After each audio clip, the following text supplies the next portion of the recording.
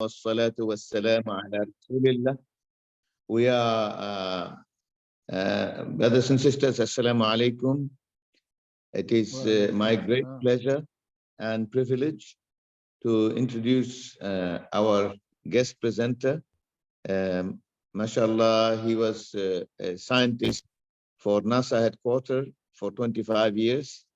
Dr. Abdul Hye, I met him online first, then by the grace of Allah, he visited London, and I was able to organize some events, and people were quite impressed because how much he knows and how well he can present. And as a scientist and as a devoted Muslim and very active in dawah work, this brother, Dr. Abdul Hye, at the age of 75, you wouldn't think that he's 75. He's so active, mashallah. And we have a great opportunity to learn from him about communication, because communication is a key issue for all of us, because we communicate with each other, but we don't always understand the content and the details that we actually put out the message to other people. So I will ask Dr. Abdul Hye, a retired scientist, but very active in dawah, and he has written many books, including his Quran translation is being used in Pentagon.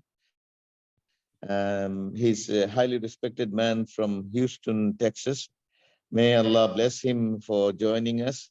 I just ask a request, humble request to Ustadh Dr. Abdul Hye to make his presentation.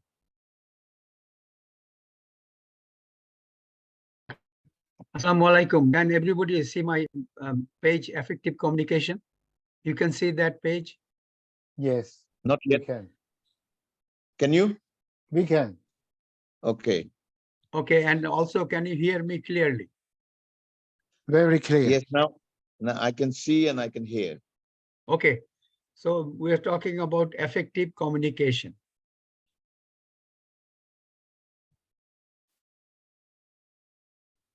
Just a minute.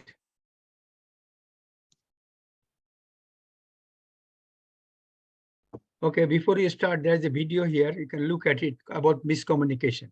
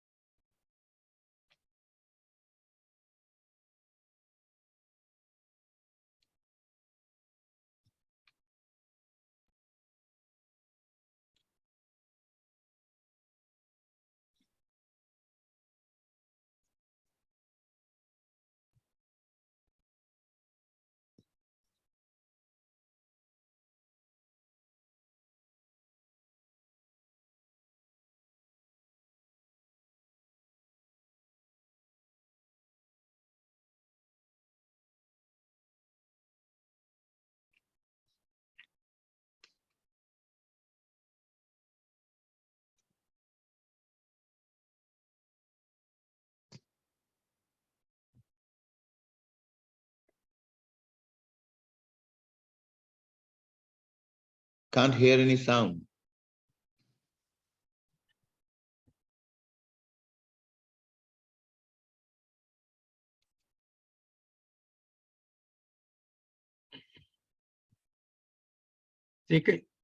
So you can see the miscommunication happens even at such a high level. So it is important to make sure the other side, whatever you are communicating with, the other side understand. Allah subhanahu wa ta'ala says in the Quran, Inna Allah, Inna, Inna, Inna Allah la yugayiru be ma be kaume hatta yugayiru ma be anfusihim. Surely Allah does not change the condition of a people until they change their own condition. So it is very important that we always be alert about our condition, what we are doing, how it can be improved, and so on. If you do not decide your destiny, someone else will decide for you. You can see this is happening at every level, in your family level, in your professional level, or as a country also. If you don't decide your interest, somebody else will intervene and do it for you. And there are many things mentioned in the Quran about communication, as you can see in Fuzilat, who is better in speech than one who invites to Allah and does righteous deeds and says, indeed, I am one of the Muslims. And so on. As you can see, there are many narrations about the communication mentioned. And just to make you aware, He created the human and taught him communication, Ar-Rahman.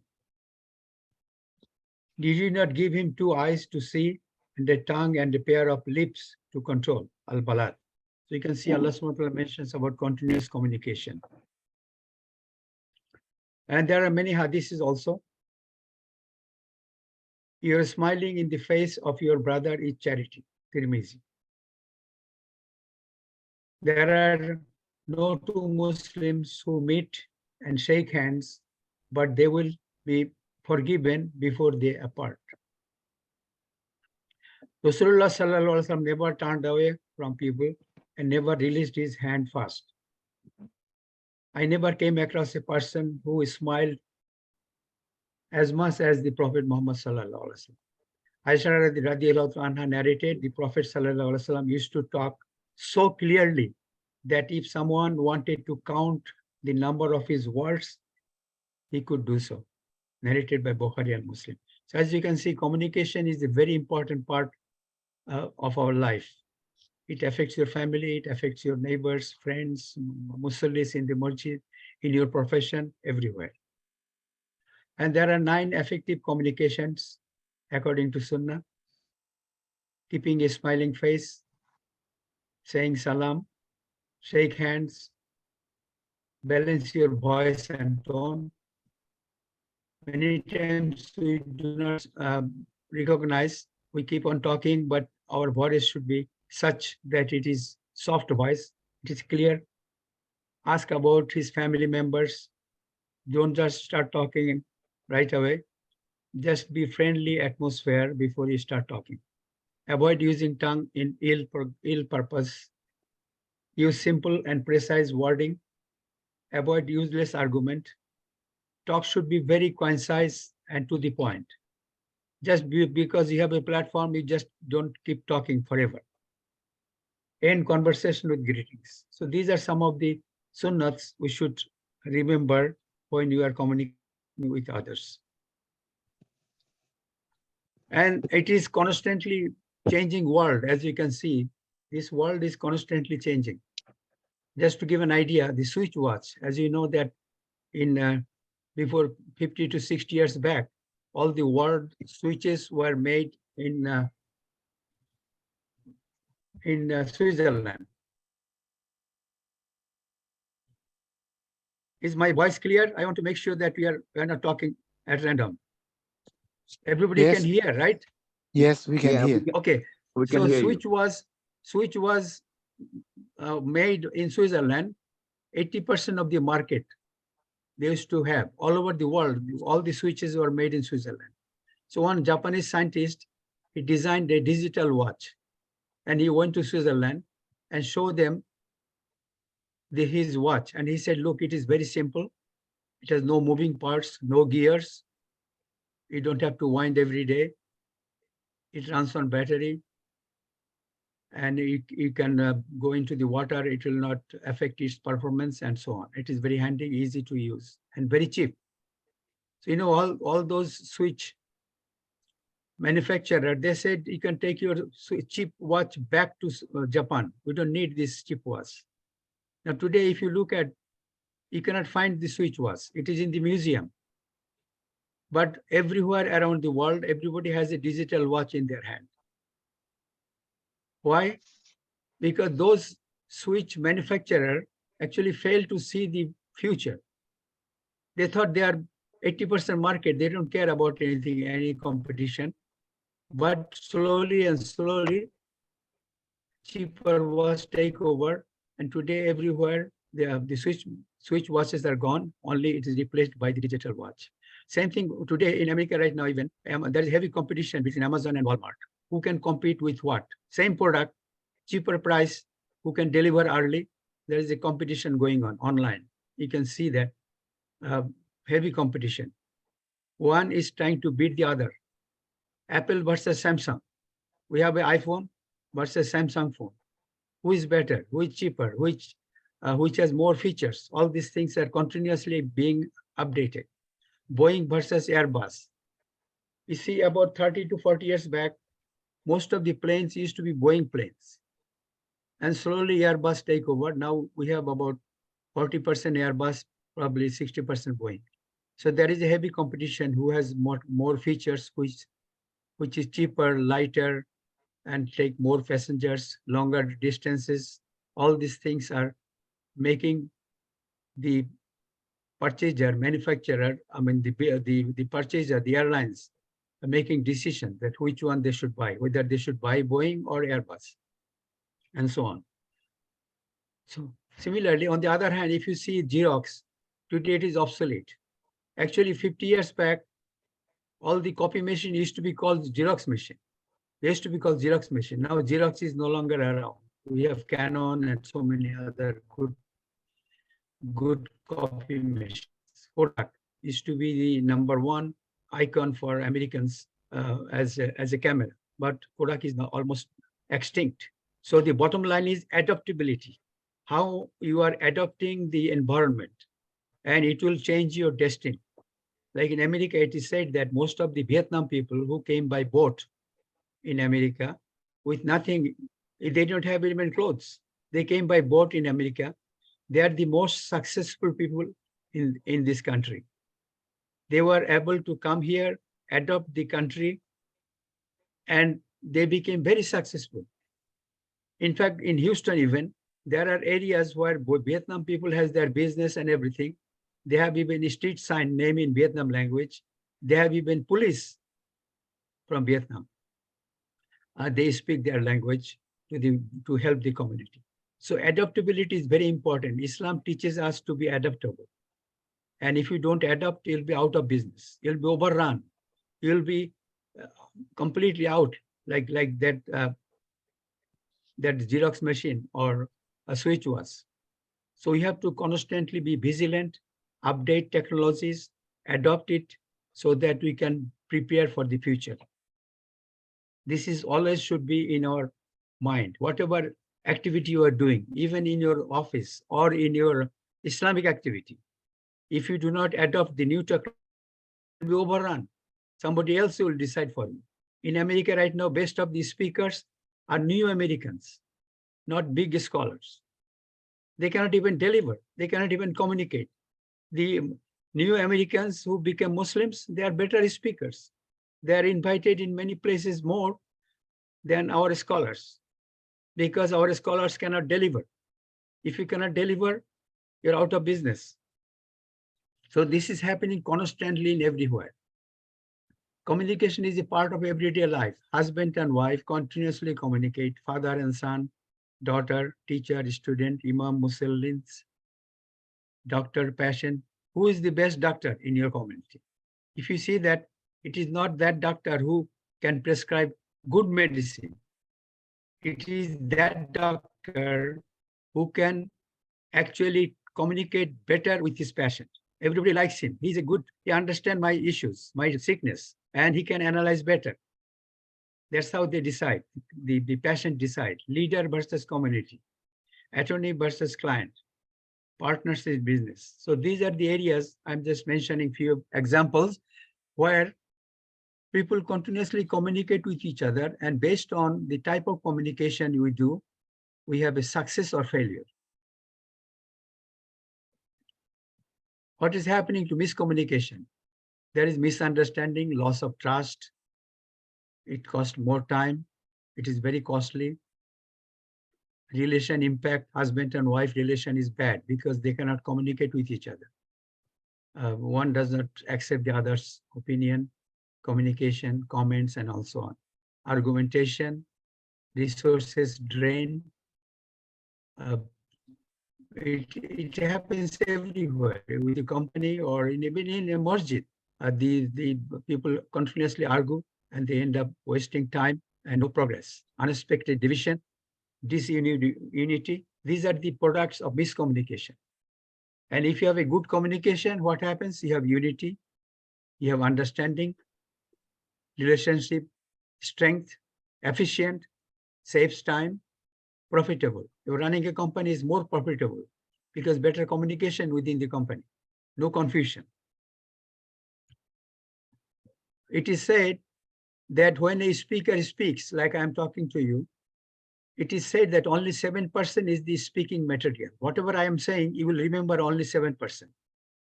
It depends on what I am saying. Pictures, graphs, data.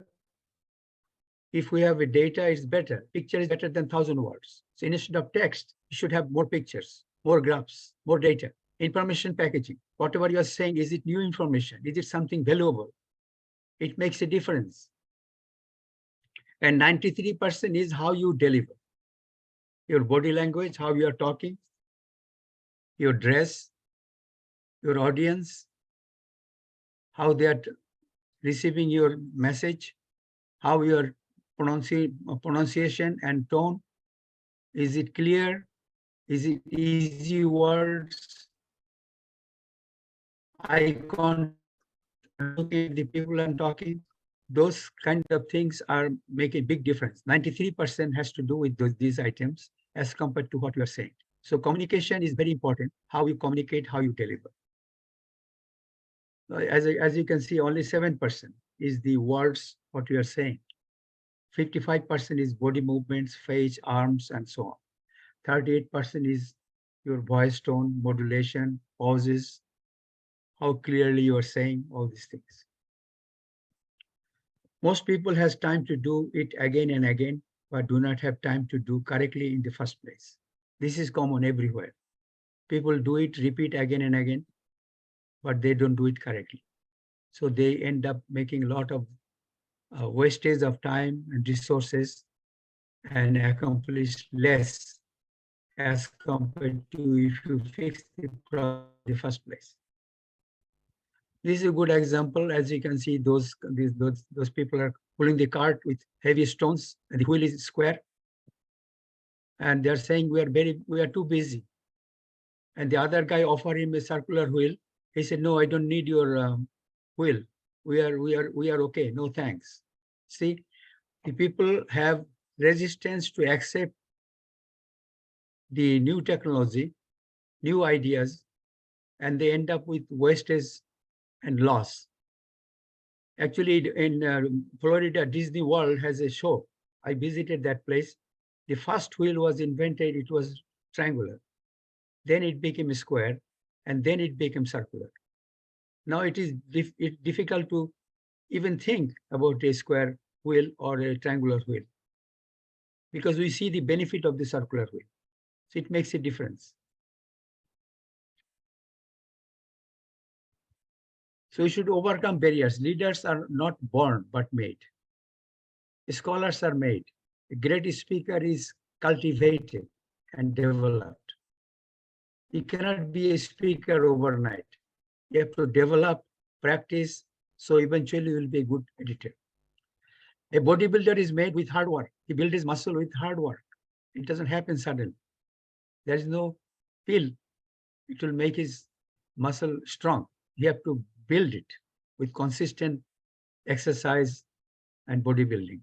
Shyness can be overcome. You have to overcome the shy, then you can deliver better.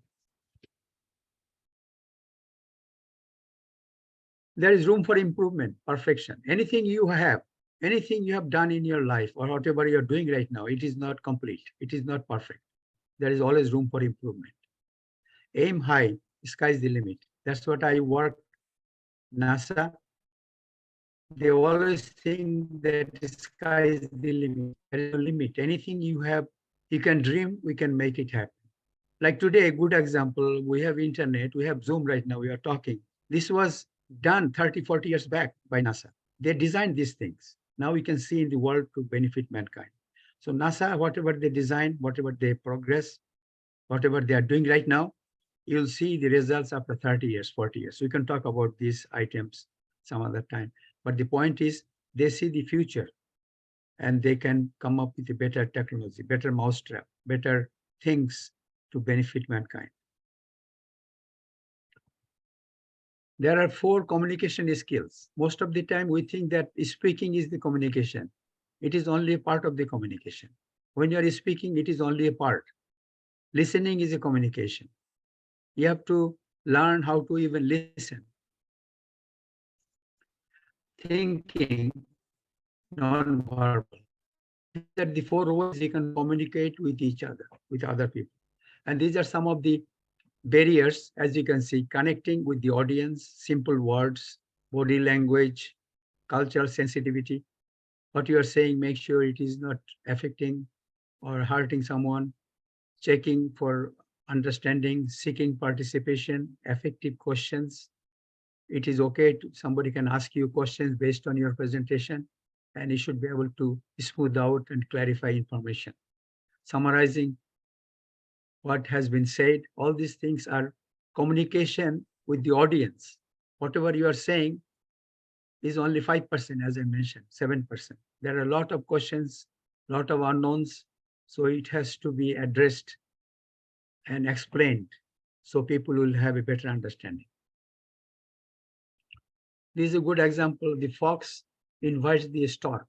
As you can see, the fox invite in a flat plate, and the stork cannot take anything because its beak is long. It cannot pick up anything. On the other hand, on the right side, the stork invites the fox. This time, the fox cannot eat anything because the opening is very narrow. He cannot put his mouth and pick up any food, any fish. But the stork can eat comfortably. So the lesson is, if you invite somebody, you should know his needs, guest's needs. If you have a customer, you should know his needs, what he wants, what kind of product he wants. So it is better to know first before you start communicating. Effective communication is the key. You should know your customer's needs. If you do not know, you'll be out of business. As I mentioned, those Swiss people fail to understand the customer's needs, cheaper price. They did not realize, they thought they have 80% market. Not anymore. And there are 7 C's of effective communication. 7 C's, just to give an idea. Clear, whatever you are saying, message has to be clear to the recipient. You may be a great genius, but what you are saying is not understanding to the people who are listening to you. So you should know what you are saying and to whom you are saying. Concise, whatever you are saying must be brief and to the point. Why in 6 sentences when you can do it in 3 sentences? Making a long speech, making a long essay, long writing is not the solution. It should be concise, to the point, so that in a simple words, it can be clearly understood. Look at Prophet Sallallahu Alaihi Wasallam's lifestyle, examples, talk. It is to be very brief, to the point. Concrete. Your message should be complete in details, facts. So there is nothing deters the focus of your message. So whatever you are saying, there is no loophole, something is missing, those kind of things. It should be complete, concrete. Correct. Whatever you are saying has to be correct. If you say something wrong, it will hunt you back later. You said something to your customer, to your students, to your job, to your boss, anybody, something not correct, they will find out. Later, your credibility will be in question. Even your typos. Make it clear before you distribute to others. This is important. You send something, it has a lot of typos. It should not be that way. Coherent. Whatever you are saying, does it make sense? You said something, there's no conclusion. What you are trying to say, what you are trying to accomplish, it should be consistent with tone and flow. Complete. Whatever message you are sending, it should be complete by itself. It should not that you left a note that if you need more information, call me. It should be complete by itself. Whatever you are presenting in your note, in your email, in your anything you do, any report, you talk to your wife, to your children, or anyone, it should be complete by itself. They should not be asking again and again for more clarification. And courteous, whatever you say should be friendly, open, and honest. It is very important. Most of the time, if you see, especially India, Pakistan, Bangladesh, those kind of areas, people are constantly rough, tough. Our culture is such that you always angry, always tempered, always quarreling. Those kind of things should be cut down, curtailed. Should be concise, courteous, friendly. It pays back. And this is the sum of the art of delivery. You should always, whenever you are speaking, put your attention towards Allah as much as possible. Talk more about rewards, less about punishment. Provide hope. This is very important. Most of the time, a speaker speaks fiery speech, like hellfire is right now coming. The day of judgment is coming right now. All kinds of alarming voice, alarming events. People speak. Those are not healthy. Our ummah, our Muslims today at this age are not capable to understand the punishment. Like the punishment in the grave is very, very, very serious. Very, you cannot even describe to your children. So you should talk more about the rewards, less about punishment. Give them hope, give them assurance that yes, Allah is going to forgive, Allah is going to help, those kind of things. More hope than punishment. Look at your dress, posture, eye contact is very important. Sometimes we talk, our eyes are down or looking at one direction and so on. So look at all directions. Talking style, how you are talking, move your hands. Pronunciation, emphasize certain words. You do not talk in the same tone. Emphasize some words which are important. So people will know the difference. If you say something about the hope, mention about it, that Allah will reward you. That means you are giving some hope and emphasizing that word. Know your audience. When you talk, make sure you know your audience. You don't use the same talk to everywhere. There are talk for youth, talk for sisters, females, professionals, your colleagues, your relatives, your musallis in the masjid. There are all kinds of talks. You customize your talks and deliver accordingly. You don't use the same talk everywhere. That is not going to help your case. Always customize, always. I always carry like speeches whenever somewhere, someday, some masjid, somebody will ask me to talk. So I have prepared a speech. So I customize, immediately prepare. So prepare your speech, several of them. So when you talk with the people, they understand and they make sense to them. Body language, you speak confidently with authority. Do not show weakness. When you are speaking, public speaking, you should not show your weakness. You should talk like an authority. You should not show that, well, I am a new Muslim, or I don't have too much knowledge about Quran, Hadith, and so on. You should not show those weakness. Weakness to Allah. You should talk in front of public like authority, like something valuable, something useful, something they can take it and benefit from. Avoid controversies, difference in opinion. Do not go into that area where there are difference in opinion, difference in options, something maybe questionable, controversy, those kind of things we should avoid. Use something which are useful, which are conciliatory, which are beneficial. People benefit that, yes, I learned something new today. I did not know these things. I heard something very useful for me. After the talk, people should benefit as opposed to getting confused. People should benefit, especially Islamic talk. We should be precise, to the point, and short, so that people can understand what you are saying and they can benefit from it. If you cannot answer, request to follow up with the right information. You don't have to answer. Somebody can ask you a question, and if you are not sure, say, okay, I'll get back to you. I'll get the right answer for you. Do not discourage questioning. It is a healthy thing that people wants to know. People are curious to know about based on what you said. Keep the door open, and that will help people's interest.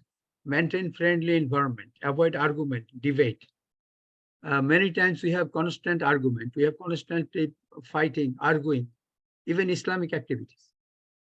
And so it is not healthy. Should be conciliatory, precise, simple, easy. Even your PowerPoint presentation, like this page, you can see your font should be clear, like this font is time. The reason is it is easier to read. It has less interdistances between words. So font, size, all these things matters. You put, many times people put PowerPoint even, it is so clumsy, so many information in the same page, and font is so heavy, people cannot even read it. You can feel great that you did a very nice presentation, but how much it is acceptable to the people who are looking at it. So these are some of the things you should think about it before you present to the public. What you are doing with Allah in the middle of the night, it doesn't matter to other people. But when you present something in front of public, it should be useful.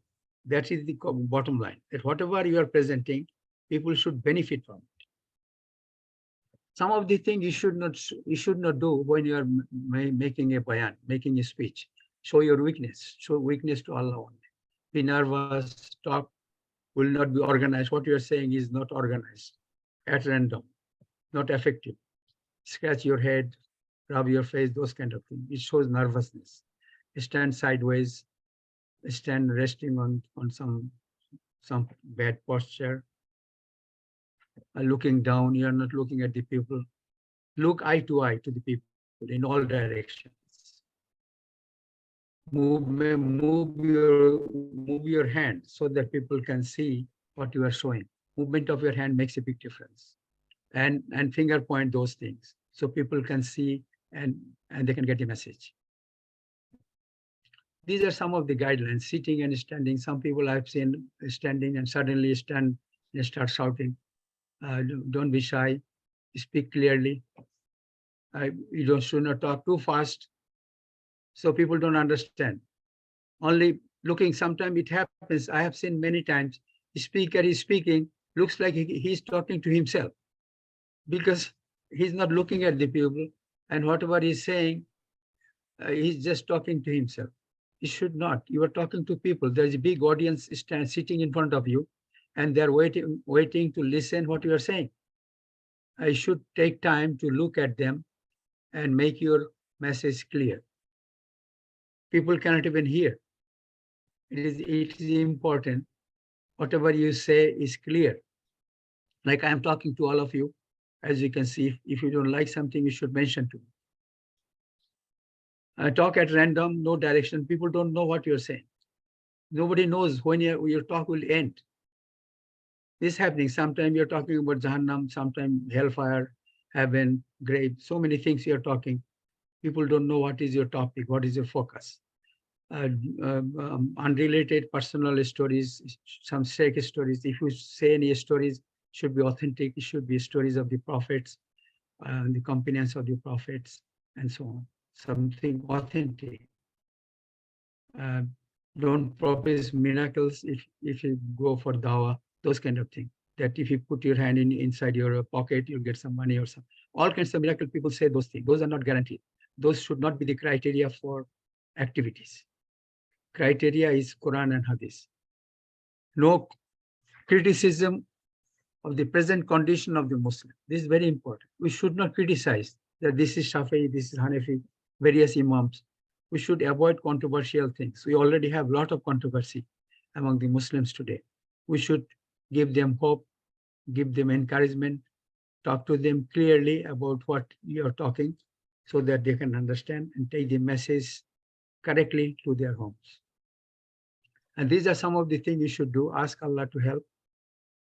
Say some of the first few minutes, you should talk about some Quranic verses, Bismillah, Kalima Tayyib, Durud, Dawah. Those are, in my life, I have seen people complain to me, brother, you started talking, you didn't even say Bismillah. That is true. So use first few minutes to talk about recitation of the Quran, few ayats, salam, durud, and then you start your talk. Good physical appearance, well dressed makes a difference. Believe me, it makes a difference. You should not come in front of public with not properly dressed. Dress as good as you can, actually. Like if you are going to get married, you are well dressed, right? People knows you are the bridegroom. And so be unique in your appearance, body language, eye contact, move your hands and arms, look in all directions. Speak clearly, maintain speed, not too fast, not too slow. You know, remember, people are listening to you. Whatever you are saying, is it clear to them? You may finish your high flying speech, but how many people understand what you are saying? Speech, a purpose, agenda, clearly defined topic. What is your topic you're talking about today? Build a case. People understand the topic from the beginning. You should not talk something not connected. Structural speech, very organized, connected to the point. Every portion, every example is related. Whatever you are saying is connected with the topic. If it is not, you should not say anything. Just you want to drag your speech longer, it doesn't help. You should finish your speech as precise as possible so that people know what you're talking, what is your topic, what are the examples. All these things are connected. Every part is connected to the topic. A lot of enthusiasm, encouragement in speech. A lot of benefits, a lot of good rewards from Allah. Focus more on akhirat, stories of Sahaba. Discuss the sacrifices of the Prophet and his companions. Correct meaning of the references from Quran and Hadith if quoted.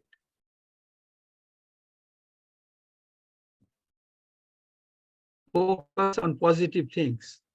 What needs to be done? What happened in the past? You know, most of the time we talk about the past, but we do not talk about the future. Our youths are disappointed these days.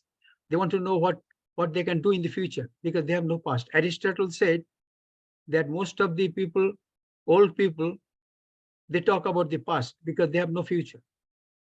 And most of the youth, they talk about the future. They want to hear about the future because they have no past.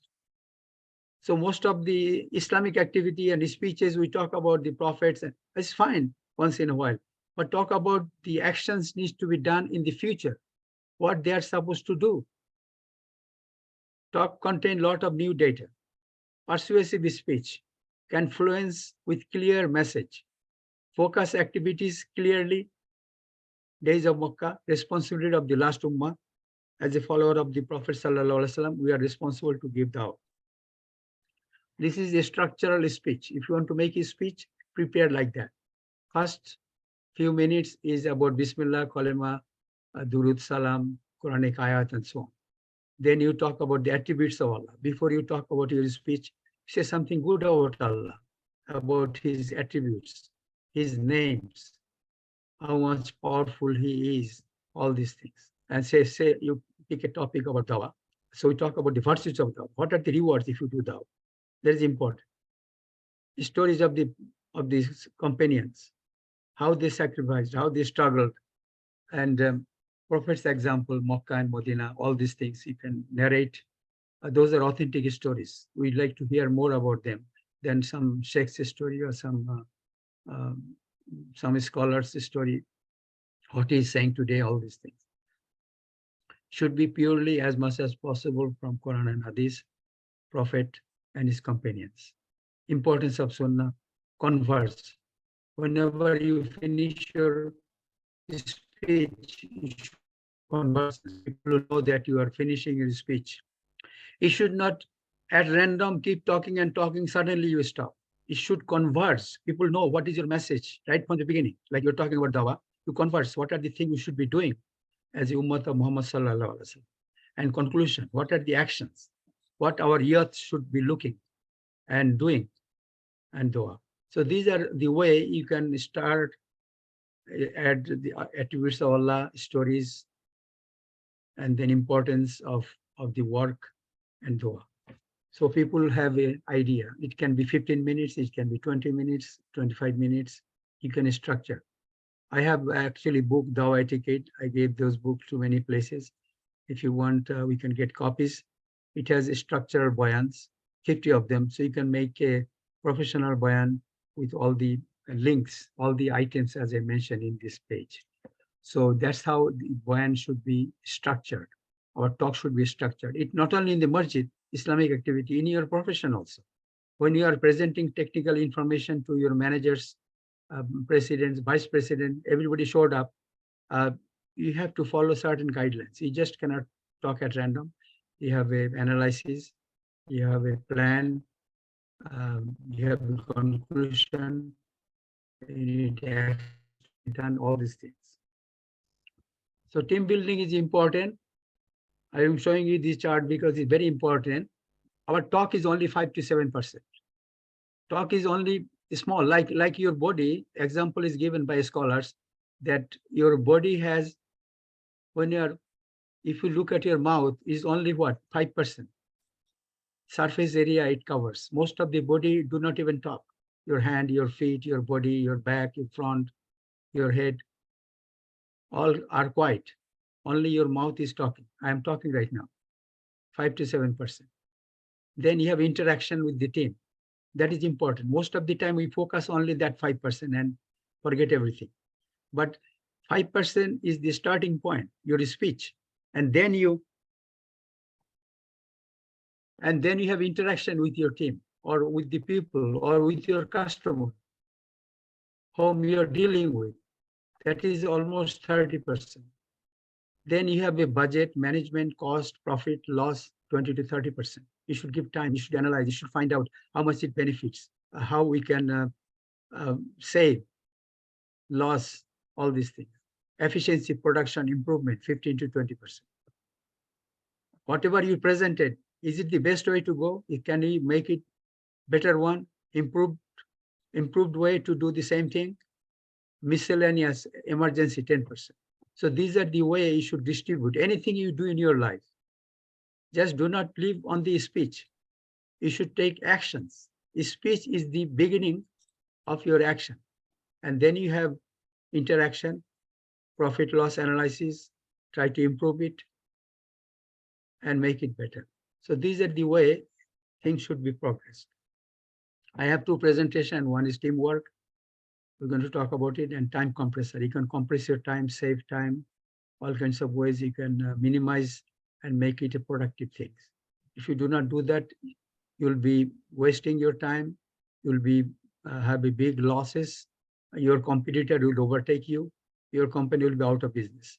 So those kind of things are happening every day. This is a competitive world today. As you can see, everything is highly competitive. Whoever can beat the competition will be ahead of others. Now today, the second part of the presentation is, we just finished 45 minutes. So this is the teamwork. Teamwork is very important. As you can see, right now, this is not correct. The plane is in the water. It could not land on the runway on the right side. Why? Because the pilot was arrogant. He said, leave me alone. I know what I'm doing. In the old days, the pilot used to be guided from the control tower, and slowly it come down and down and down, eventually it land. Today we have automatic landing. Pilot doesn't have to even touch anything, it lands by itself. But the point is, there is a continuous communication, the control tower and the pilot. And if you don't listen, you'll make mistakes. Do not hesitate to accept the guidance of those who are in a position to see things that you can't. This is very important. What you see, your manager see bigger because he's over maybe 10 engineers. So he's looking at the whole thing is different than what you are looking. You look at a small drawing, but your manager looking at the bigger picture about how it will be manufactured, how it will be built, all kinds of things. So always take the guidance of those people who are in a better position to see things that you cannot see. That's how teamwork starts. Attention to details are critical. Just to make a point, this is time versus pain or dollar.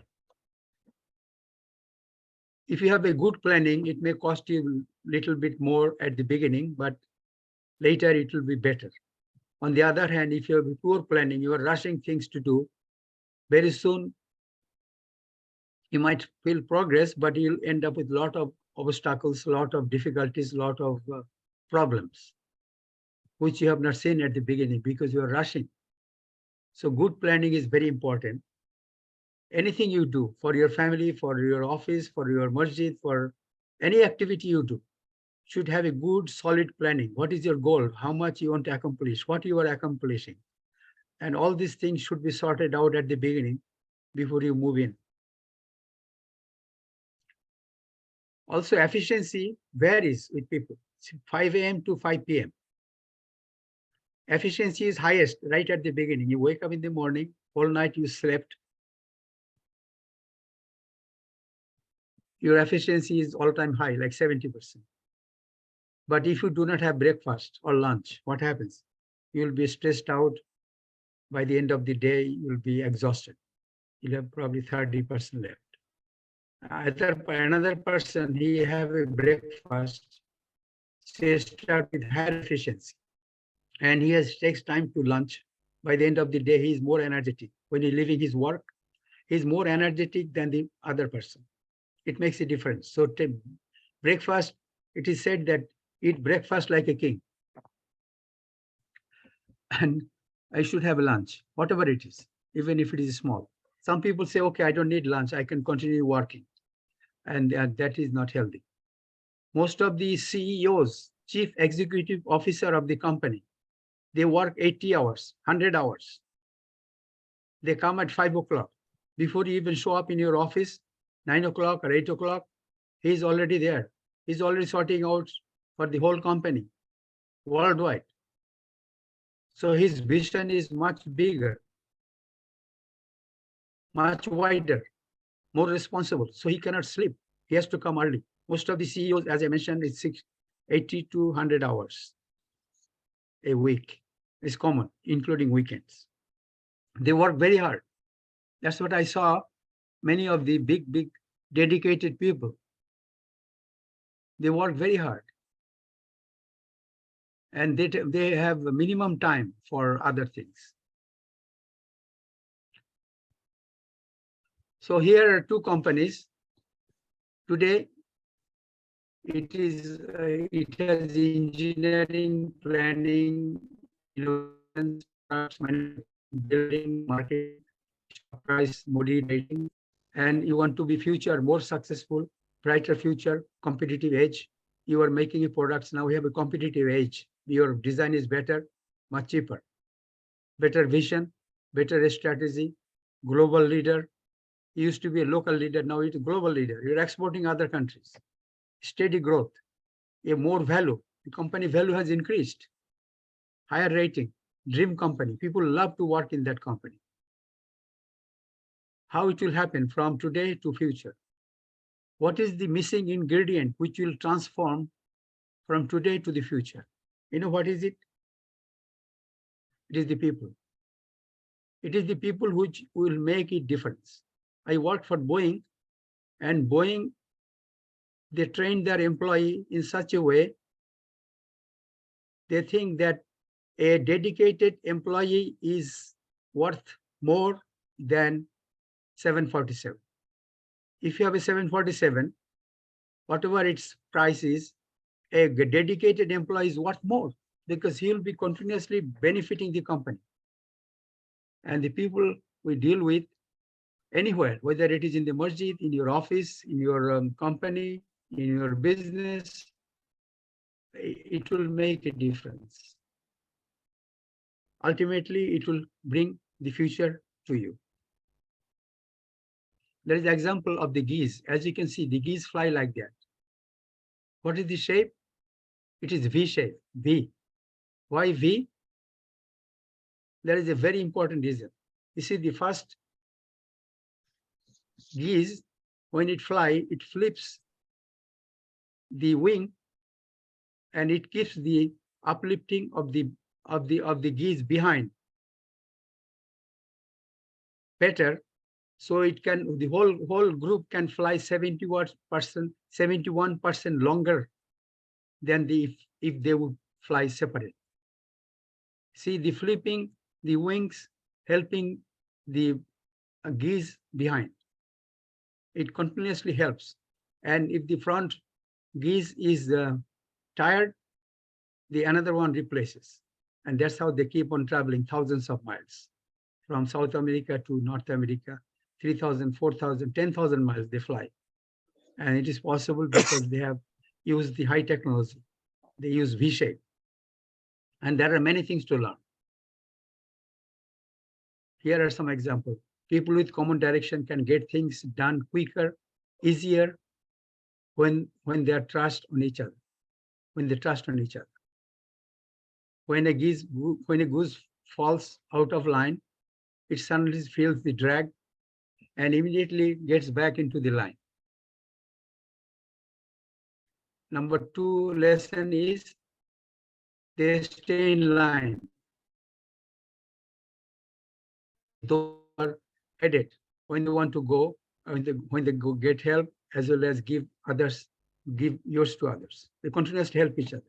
When the lead goose gets tired, it goes back and another one flies at the front. They change location. They are interdependent, as you can see. They honk each other to keep them awake. Encouraging. If someone is sick, who's sick, it falls down, and the two geese will drop out of the line and help him to recover, and they form a new line and fly again. These are standard. We stand by each other in difficult times and when strong. So that's how the geese were able to successfully travel such a long distances, thousands of miles. And they share, benefit each other, help each other, all conditions, and continue their life struggle. So similarly, we have an example here, like good example, engineering company. I'm an engineer, so I picked up this example. A designer, what he does, he uses AutoCAD, he details drawings, layouts, follow up with engineers.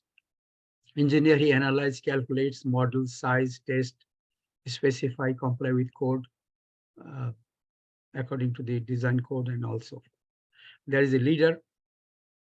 He works with several engineers, designers, progress, schedule, cost, all these things. The manager is the leader. He manages, he deal with customer, budget, schedule, cost. Then the quality engineer coordinate with engineers, customer different work progress. And there is a safety engineer, coordinate with everyone at every step. So you see, these are all different people. They have different jobs, but they work together for progress. Nothing can be accomplished if one of them is missing. So designer, engineer, manager, all work, everybody has an action to do, and all these actions add together to make a product, make a delivery. Like this, all these people are doing something, manufacturing, and that will be delivered to the customer. Now you should have continuous communication. This is very important. Many times the customer at the beginning, when you had the initial meeting, customer wants certain product, certain mousetrap, say. But in the course of time, within a short time, the customer changes his mind. He said, no, I don't want mouse trap. I want a fish trap or something. He changes his mind. So continuous communication with the customer is very important. So whatever you are designing, initially started with something, you can continuously communicate with the customer. So when you deliver the product, it is acceptable to the customer. You design something and delivered, and the customer says, I don't want this. I want something else. You should have talked with me before you build these things. See, all this blame game will start. So continuous communication is vital. Anything you do, you talked with your wife, and your wife says, okay, I want these things from the market. And when you went to the market, you call back again. Say, are you sure you want these things? Because if you buy those things and bring it home, they say, why did you buy this thing? I did not want these things. See, there is miscommunication. So continuous communication is vital at every level, until it is delivered to the customer. There are 12 building blocks of trust. This is from Lockheed Martin, one of the top NASA defense contractors. They build all these sophisticated fighters around the world, F-16, F-22, all these planes. I had opportunity to attend their activities. So these are the 12 things, building blocks of trust. 12 things which will build trust among each other. It can be in a masjid, in your office, it can be anywhere. But these are the things we should look for it. So it will create a friendly atmosphere for all of us. Be candid. Tell the truth like it is. You cannot hide anything. You cannot say something which is not true. And eventually people will find out. And that will cost the company. That will cost mistrust among husband and wife, among members in the masjid, among anywhere.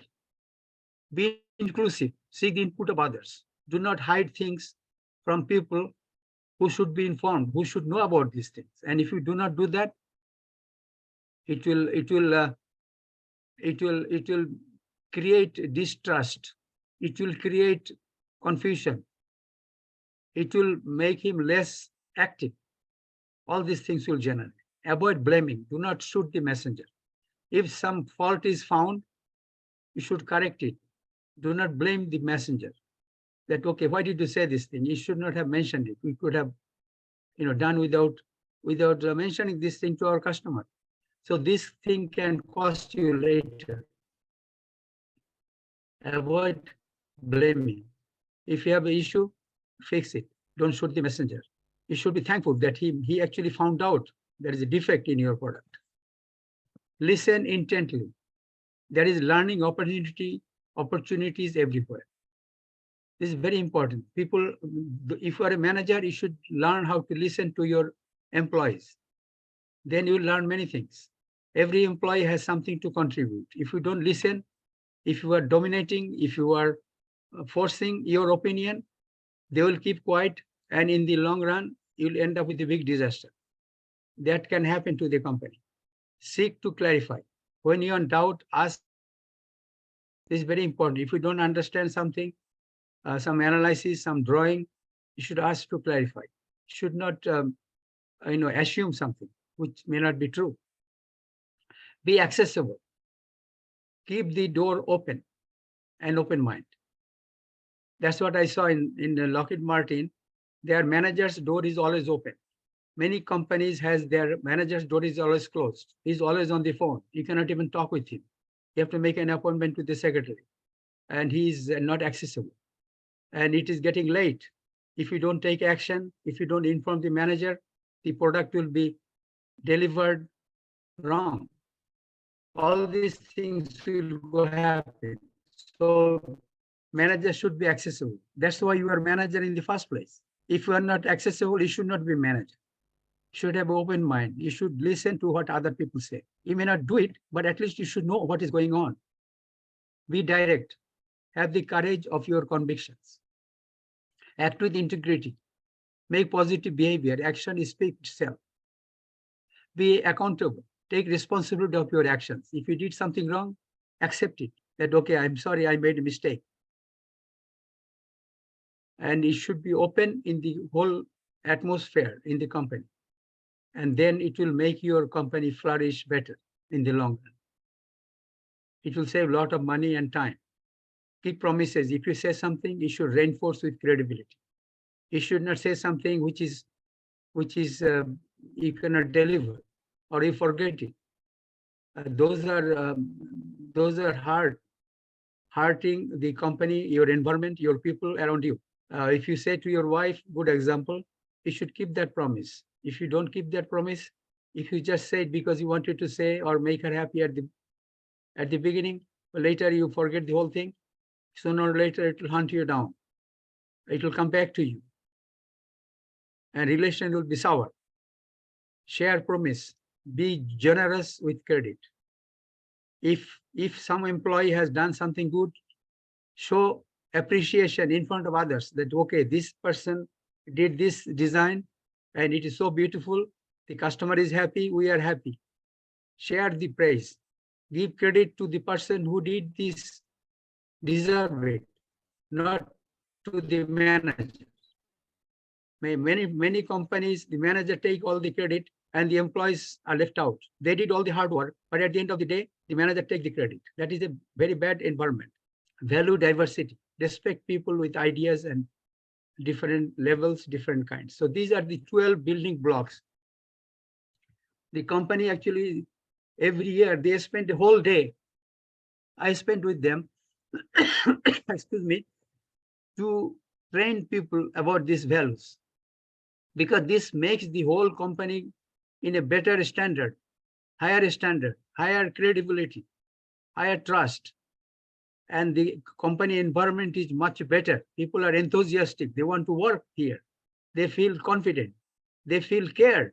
All these things happens because of these 12 building blocks. So it is a very important building blocks, even in the masjid. If you ignore somebody, it will hunt you down. All kinds of misunderstanding, all kinds of misinformation can happen. And these 12 things can build trust among each other and make a better place to work. Who is a customer? Sometimes we only think the customer is someone outside. A party that receives or consumes products, goods or services, and the ability to choose between different products and supply. He is the customer. The customer wants your product because the customer like your product and he sorted out other manufacturer, and he found your product valuable, cheaper, better, all these things. So the customer decided to do business with you. He is the customer. And there are two kinds of customers. One is internal, one is external. External is someone where you are delivering your product, your services. Internal customer is like, you have a manager, your manager is your customer. You do something, he should be informed, he should know about it, he should be happy with you, and so on. Every level, there is an internal customer and external customer. Even in the masjid, Imam always think that musallis are their customer. No, your masjid president is your customer. He should be. You should inform him. You should not ignore him because he is writing your paycheck. All these things happens, and you should communicate both ways: internal customer and external customer. Most of the places, it is only external customer. We have no concept about internal customer. Every level, you have a customer. Your customer is your manager. Your customer is your HR guy. Your customer is your vice president, and even the president. Every level, there is a responsibility, there is a connection, there is something. You are connected with the top for your work. So he is your customer. So you should be prepared and treat accordingly. Accordingly means you only say to your manager what you are doing, but you don't have to say everything to your vice president, because he doesn't need to know. He's too busy with other things, management, budget, and all these things. So these are the things at every level you have a customer, and you should take care of them. So if your customer is happy, internal, external, then you are doing your job correctly. SAP and JAP, these are two very important factors. I like to spend some time with all of you. What is SAP? SAP means force that takes power away from people. We have an organization with SAP. That means the employees are not powered to do certain things. We're going to talk about it. And ZAP is force that energizes people. ZAP is something where you are forcing, you are giving your employees to do their responsible work. Okay, let us take some example. SAP is like people who work over there are stressful because you're not powered to do things. You're tense. You don't know what you are doing. You are guarded. You're not permitted to do certain things. You're always afraid of your losing your job. You're always angry. You're not in a good mood because you don't know what you're doing. You're not empowered to do certain things. You're frustrated. ZAP means you're peaceful. People are happy, electronic, open, confidence, joy, satisfaction. See the difference in two organizations. In one organization, SAP organization, where people are restricted to do certain things. And ZAP means you're empowered to do so many things and it benefits the company. Same thing here, depression, demotivation, downbeat, upbeat, enthusiasm, cold, warm, tentative, sense of purpose, handcuffed, freedom, win or lose, win-win. So the two different companies, as you can see, one is with SAP, they're always less efficient, less active, downbeat, fear, anger, guarded, not permitted to do certain things. On the other side, the company is very successful. Everybody is happy. They like to work over there, dream company, all these good things happening. They like to work late even. They want to accomplish more. Like some people gave me an example, Microsoft in Seattle. I had the opportunity to visit. People love to work over there. Google, there are so many opportunities over there. People come and go, flexible time, flexible hours, empowered. If the manager is not there, you can take care of his activities and so on. So these are the two different organizations. It makes a big difference. How it will happen? The SAP company is a preacher. They already tell you what to do. And ZAP company is a teacher. He will ask you to do certain things. And if you make mistake, he will accept your mistake because he's a teacher. He's there to teach you, not preach you. Preacher means you have no options, one-way street, either my way or highway. And drives. He drives everything. He will not let you to do things. On this side, it helps. How she or he will get the job done with the people of the organization. Wonders how he or she could ever get the job done without the people of the organization. You see, they give credit to the organization. Here, the manager takes the full credit. And so on. Take pride. He's proud of his personal accomplishment, the manager. Here, takes pride of accomplishment of his success. Rarely has time for his or her people. He's always busy. He's always busy. His door is closed. You cannot see him. He's always meeting after meeting. And on this side, he's always has time for his people. Because something may be urgent. And if you don't listen, by the time you find out, it is too late. Damage is being done. Has me first, has people first. Deals with people like he or she is the emperor or the king. And deals with people like friends. Take phone calls at his convenience. Almost always find a convenience to take calls. See the difference between two groups? There are some people who never take call. I have people, famous people in America, famous speaker, famous scholar. They never take phone calls. If you call, you'll never hear. If you call their phone number, it's always full. You cannot even leave a message. Those kind of things are not acceptable. And that damage things, that limits your capability, limits your activities. You miss many things in your life because you fail to respond to a phone call to someone who wanted to know about your a speech about your opportunity to do business with you. All these things are you missed because you failed to communicate with people who are inquiring about you. So these are the things you should check it out, and you should really train yourself so that you can be better organization.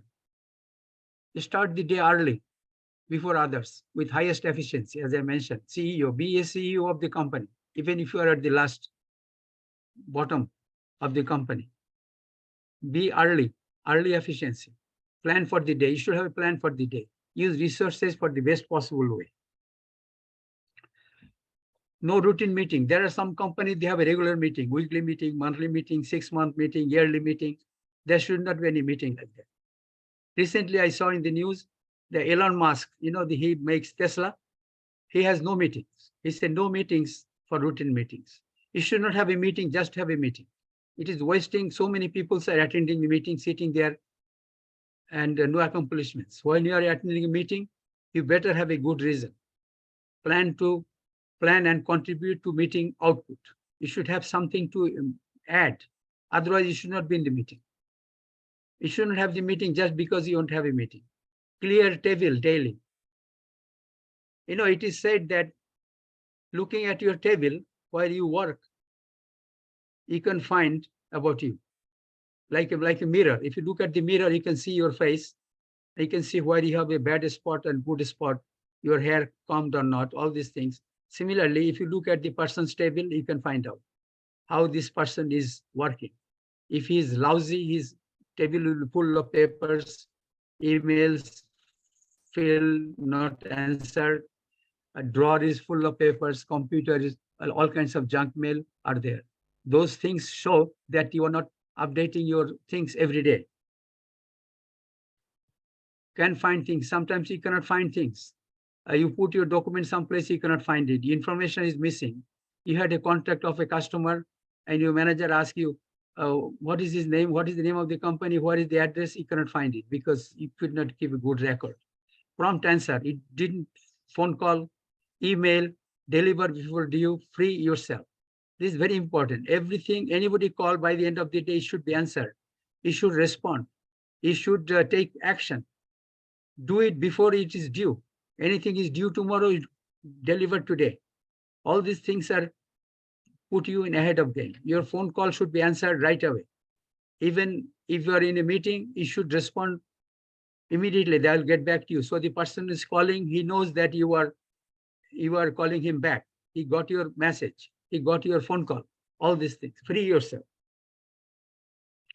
Push yourself. Multiple tasks. There are many things you can do at the same time. Prioritize. Every day you should have a priority. What is job 1 today would not be job 1 tomorrow. It will be job maybe 3. So every day you set priorities. What is job 1, 2, 3, 4, 5?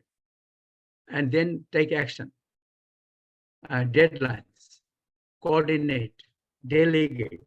You should not do everything yourself. What you can delegate to others, you should delegate. Let others take care of your things and you can do more important things. Those are your decisions.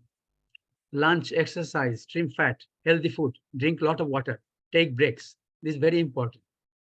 Use lunch to company. I have seen people are working during lunchtime. That is a bad idea. That makes you drain. You should relax. Lunchtime is to take lunch. You should relax, reduce stress, exercise, engage in habits. Like some people work in jigsaw puzzle or anything other than your work. That will refresh your mind, and you after lunch you will have more energy and refresh mind to do more productive things.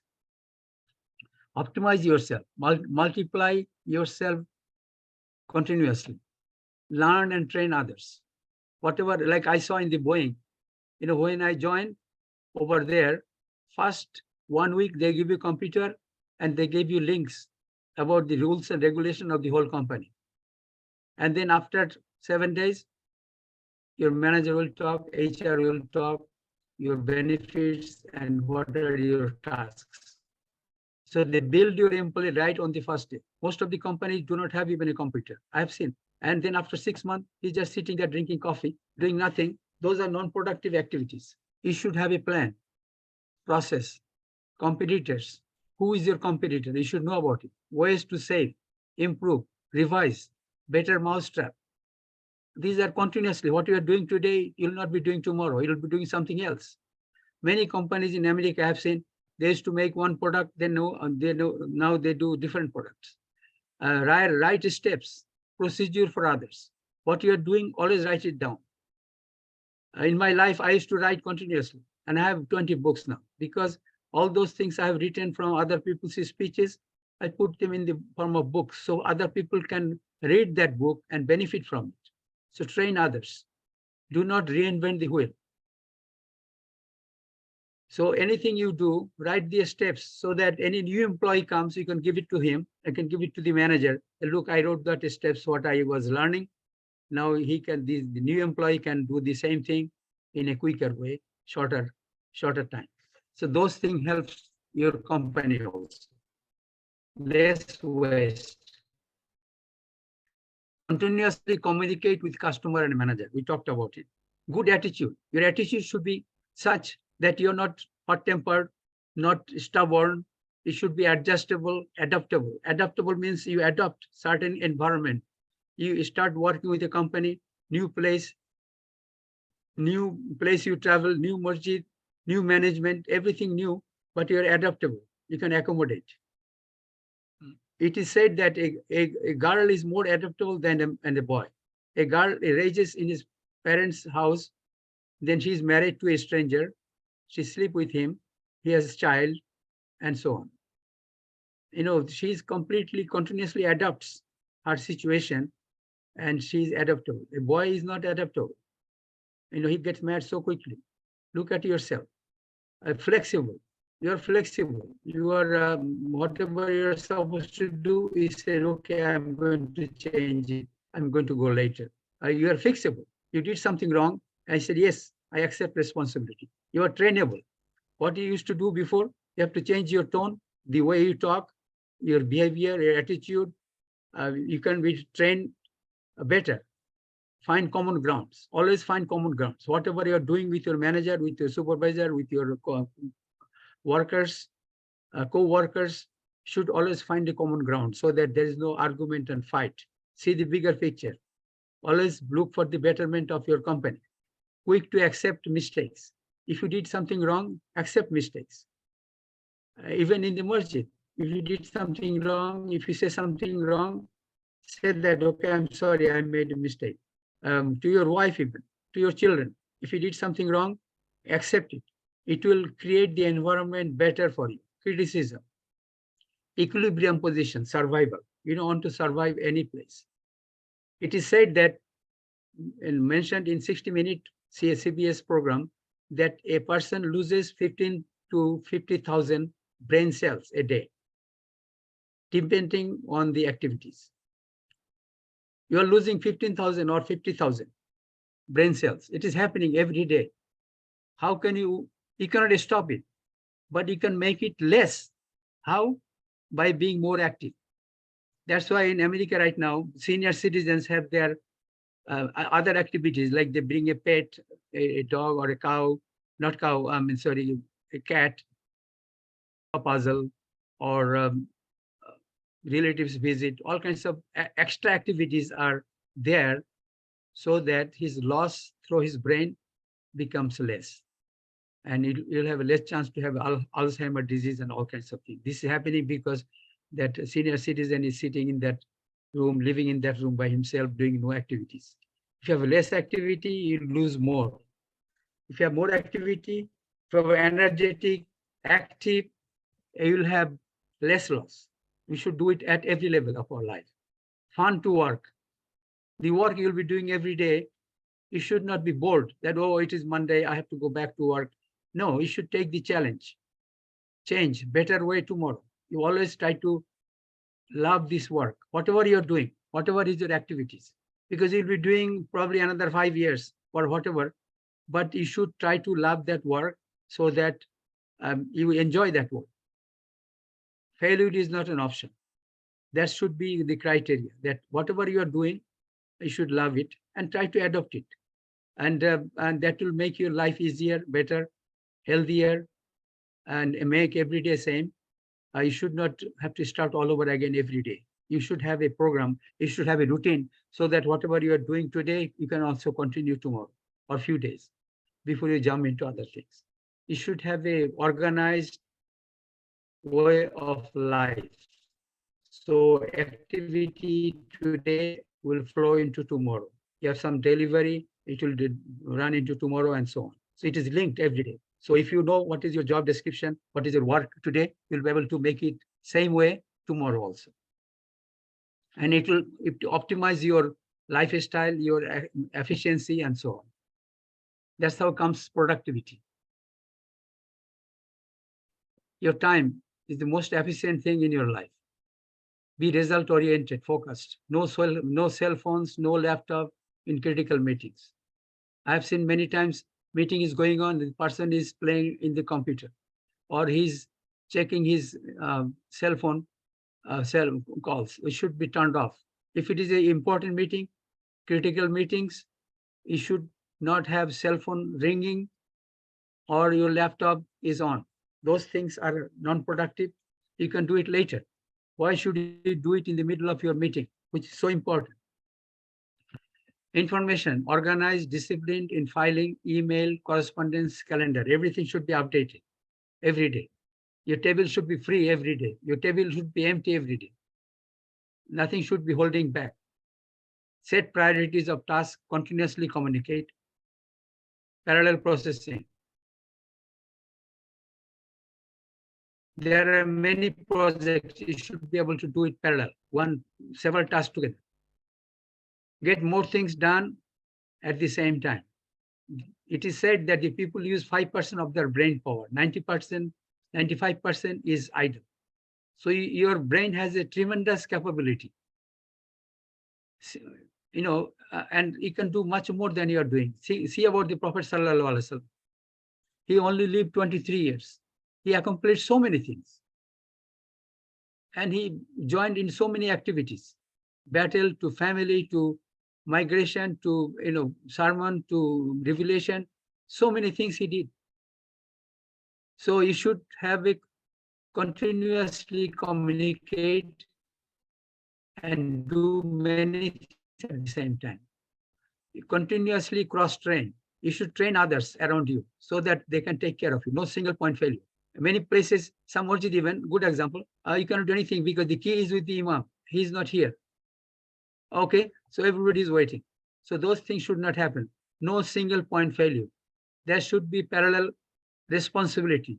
If that person is not showed up, your manager doesn't show up, the life can continue, your work can continue. Online training to reduce cost and time. Many times you have a lot of documents, printed documents, those are costly. It costs a lot of trees to make those documents. So try to do it online these days. It is so easier. Google, what you call online, and so many ways you can save cost and time. You can find things together quickly. High moral corporate culture. Work smart, how much accomplished, not how hard you work. Be selective in your emails, meetings, phone calls, all these things. No excuses. Take breaks. Costly mistakes. What are the costly mistakes in a corporation?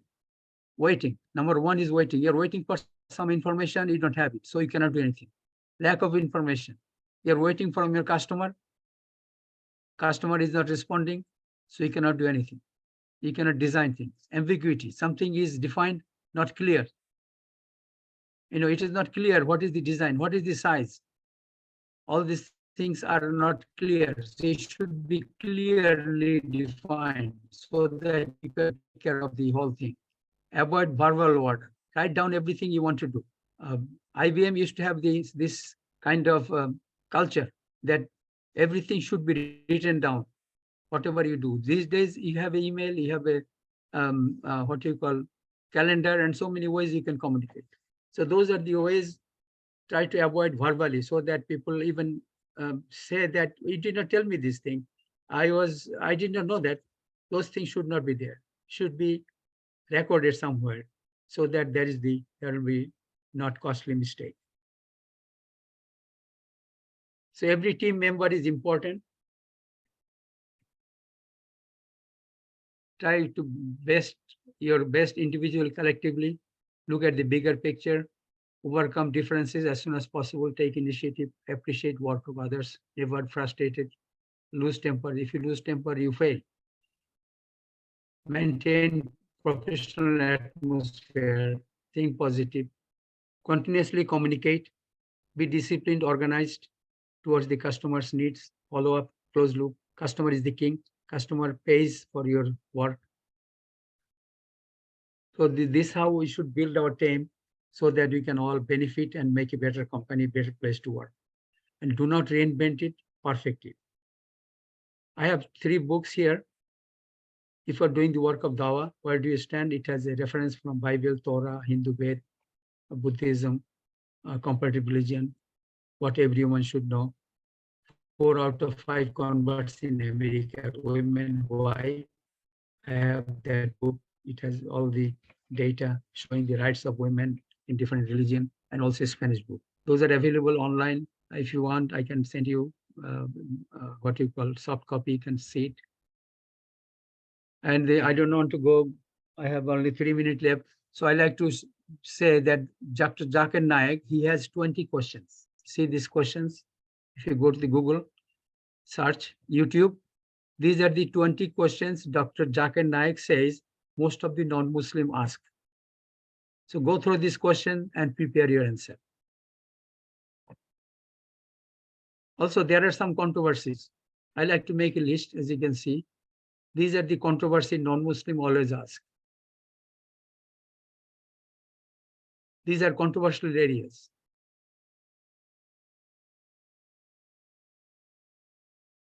As you can see,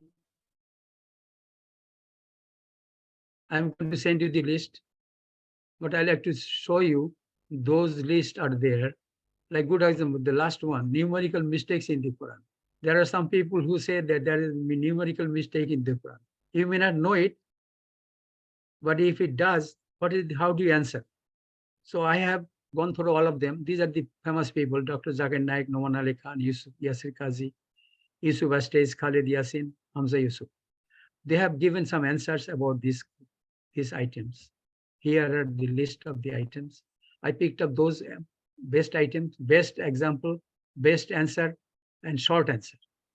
So you can go through the list and prepare yourself. If you are doing the work of dawah, Islamic activity, you should know some answer about all these topics. I'm going to send you the list. I did all the hard work for you, and you go through them and at least try to understand the answer. And so you can respond to people who can ask those questions, and it will help your case to do the work of dawah. So these are the references. Who Moved My Cheese? Jap. There is a very good book, as you can see, How to Sell Anything to Anybody. 7 Habits of Highly Effective People by Franklin Covey. This is a very good course. And 90 to 10 Principles. Where do you stand? What everyone should know. Spanish dawah. And these are some of the charts. You can use it. As you can see, some people say, where is Allah? You can show them. You can print it, put it in the masjid, to the school, for the kids, everywhere. So they can physically see what is our universe, what is the 7 skies, what is Arsh of Allah, and so. And also, these are the same thing. There is a worldly life, then a grave, then the day of judgment, crossing the bridge, and the bridge who will cross, who will fail, they will go to the hell. And those who will be able to cross, they will go to the heaven. And if you go to the heaven, you can be the neighbor of the Prophet. Meet Allah. Allah will assure you that you can live in the heaven forever. These are our flyer, communication flyer, if you want to share with others.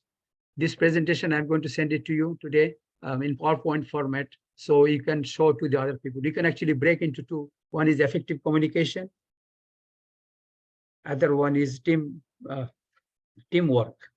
You can make 2 files and share with other people. If you are a professor, engineer, doctor, engineer, anywhere, any field, in the president of Islamic Society or anything, responsible person, you can share with your team to make them communicate better and also make a better team. So you'll be ahead of the game. You'll be more successful. You'll have a better prospect. And that goes on and on forever, like that switch watch. You see, if you don't realize your prospect, your future, you'll fall behind. And it is everyday life, everyday competition. We should take care of it. Jazakallah khair for your time. If there are any question, I'll be happy to answer. These are my contact number. My website is not working right now, but you can WhatsApp number. You can email me, abdulhye@hotmail.com, and so on. We can continuously communicate. I communicate. Any person will give me his phone number. It will be with me rest of my life.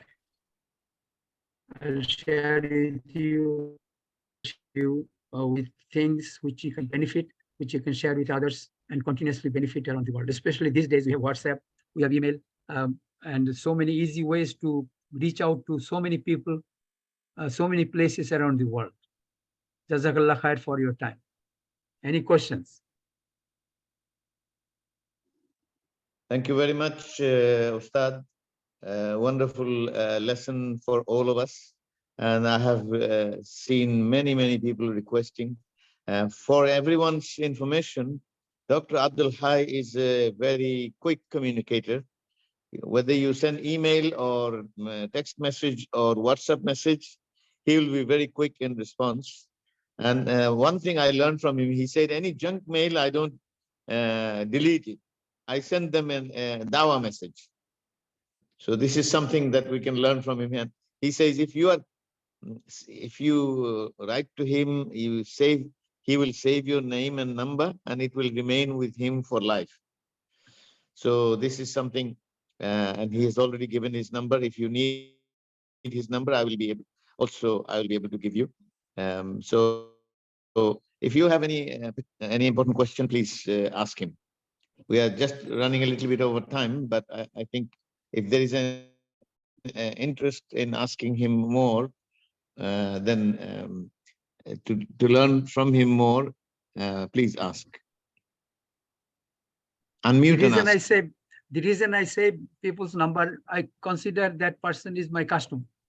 So I save his number and send WhatsApp, whatever is beneficial. And he can also share with his own world, wherever he has connected. Anyway, that's how we can reach out to so many people. Inshallah.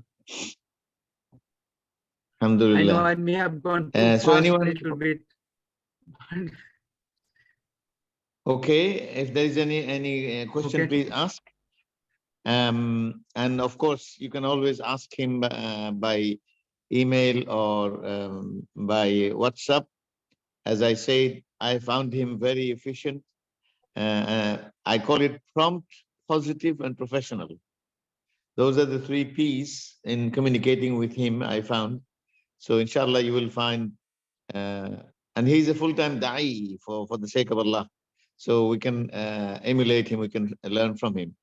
I can see also my very long-time brother and sister from different countries, Brother Edward Lim and Dr. Potri from Philippines. So anyone you want to ask any urgent question, please ask. You can also ask him later, but if you have any particular question now, unmute and speak. Assalamu alaikum wa rahmatullahi wa barakatuh. Alaikum assalam wa rahmatullahi wa barakatuh. Is Dr. Hawa Umar speaking? Thank you, brother, for this interesting lifetime, guidelines towards every activities of ours. I think this is a guideline to all our life. In fact, everything from family, domestic, to career, to researches, and also. So my own is that as an ex-NASA scientist and also a DAI, if you cannot answer the question now because it might be elaborative, you might one day maybe provide a lecture on such for us. What do you think? Muslims, contemporary Muslims, I mean the Muslims we have now, or those that worked with you in NASA, contributed to knowledge regarding those aspects in terms of being Muslims? what did you benefit? What do you think Islam benefited you by working there, and what was your, your contribution, and what was your take? I mean, what can the Muslims, take out of it? Because now we are in an era whereby we have some prophecies of the Rasul Sallallahu Alaihi Wasallam, and we have some scientific researches, or will I say predictions regarding weather changes, regarding global warming, regarding all sort of things, predicting even some kind of disasters such as the earthquakes we are having.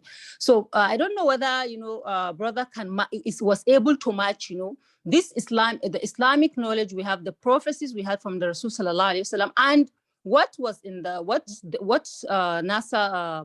NASA scientists got, and what was the contribution, what was the harmony? Was it harmonized? Was there discrepancies? Was there, Islam really contributed to, or it was like contradictory? Or in contemporary life now, what will it benefit us in terms of those prophecies of the Rasul Sallallahu Alaihi Wasallam as Muslim? Because sometimes, we have problems, people having issues. Okay, are we going to use the prediction of the scientists regarding the moon sighting? Are we going to use the prediction of the scientists regarding earthquakes, regarding disasters? Or are we going to believe that it's because it's the prophecies of the Rasul Sallallahu Alaihi Wasallam? So it is like kun fayakun, or are those scientific findings, contributory, are like causative? There are causative things, because I know everything has sabab. So could it be related?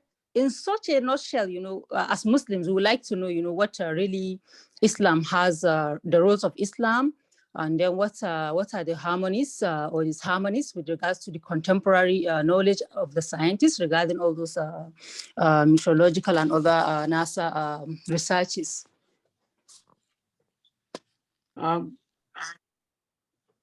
Okay, first of all, very quickly, what I can say is Quran and Hadith are the ultimate information for everything. The more science progresses, the more. I have a presentation actually, Quran and science. Maybe I'll share with you someday. In every field, there are discoveries unfortunately, by people who are not even Muslim. They found out those things from the Quran. And some scientists even say that there are things mentioned in the Quran which are yet to be discovered. Subhanallah. So we became very excited. We have an iPhone, we have internet, we have Hubble telescope, and so many things are being discovered as you speak. But scientists say there are many things in the Quran which are yet to be discovered. That means Quran is so advanced. There are a lot of things we don't even know. So we have a long way to go. Anything science does, sometimes it is relative. It may happen, it may not happen. It is possible. Many things in the past said was found not to be true. So we should hold on to Quran and Hadith. Whatever Allah and His Rasul says, He is the creator. He knows everything. So it is important to rely on Allah's powers and authority. That will help us to understand Him better. That should be. That's why I made this page. Where is Allah? Please print this page and share with everywhere, with your children, with your family, with everybody, so we can understand better. Where is Allah? People have no idea. Yes, People think I have Allah a copy of that Allah PowerPoint. is not everywhere. Allah is. Yeah, I'm going to send you this PowerPoint file. I want every brother and sister to do two things. One is take this file and break into two. One is effective communication part, and the other one is teamwork, and make it two files so it is less in size, and you can share with anybody around the world. No restrictions, and people will benefit. The more people will know about Allah, the more it will be better for them to understand and be strong in their faith. So we should continuously educate ourselves to know better about Allah. Jazakallah khair. Thank you very much. Just for people's information, Dr. Hawa Omar is an Islamic Development Bank scholar. And she became a first student, then she graduated, and she's a professional now, medical doctor, and very active in the community and the service of the community, and also in the Islamic dawah. Anybody else wants to ask Dr. Abdul Hye a question? If not, then we can conclude. And it is a great pleasure. And really, there is a lot to learn. And Alhamdulillah, Dr. Abdul Hye is continuously doing research.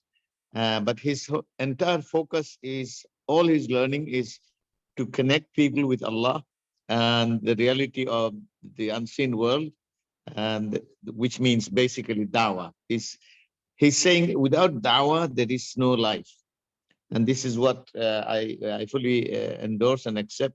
And I know that most people that I know here present, they are into dawah in one way or another. And this is a wonderful community here. So inshallah, this lecture has been very powerful, and both points, communication and teamwork. You see, the Prophet ﷺ was appointed by Allah, and still he had a team. And Allah is saying he should consult his team. And this is very important for us to know that even Prophet ﷺ had a team. So we cannot do alone. So Jazakumullah khair, Ustadh Dr. Abdul Hye, and all the brothers and sisters who have joined and contributed. And inshallah, when the file is, you can request with your emails are there already. But the Yusuf, the program manager, this program's organizer manager, he will be able to share the files. Inshallah, when I get it, I will also send to Brother Yusuf so he can circulate. Anybody wants it, you can request him or me, and inshallah we can share. And if you have any particular topic that you want, I can find, I can either present myself or find experts like Dr. Abdul Hye. Thank you very much. Subhanaka Allahumma bihamdika ashhadu an la ilaha illa anta astaghfiruka wa atubu ilayk. Assalamu alaikum. Wa alaikum salam. Barakatuh. Jazakallah khair.